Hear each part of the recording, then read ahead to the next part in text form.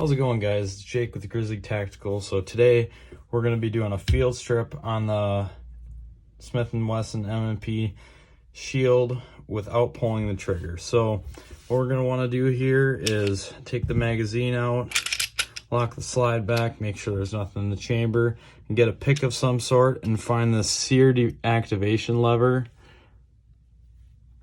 And so you're going to want to find that and just depress that down like so.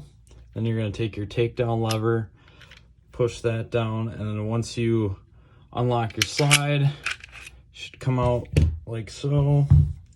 And then you can take your spring out, take your barrel out, do what you need to do with it, and then now we're ready to put it back together. So take your barrel, drop the barrel back in, take your spring, put your spring back on there, and then remember that sear deactivation lever. So that needs to get back to where it was before. So you can either put it back with whatever you use to push it down, or the easiest way that I found is just put a magazine in and it does the same thing.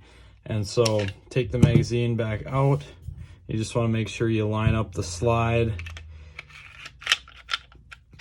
and then you just put the slide back on, and if that doesn't automatically click back, you can just push it like that, and now you're back to where you were when you started. Thanks for watching.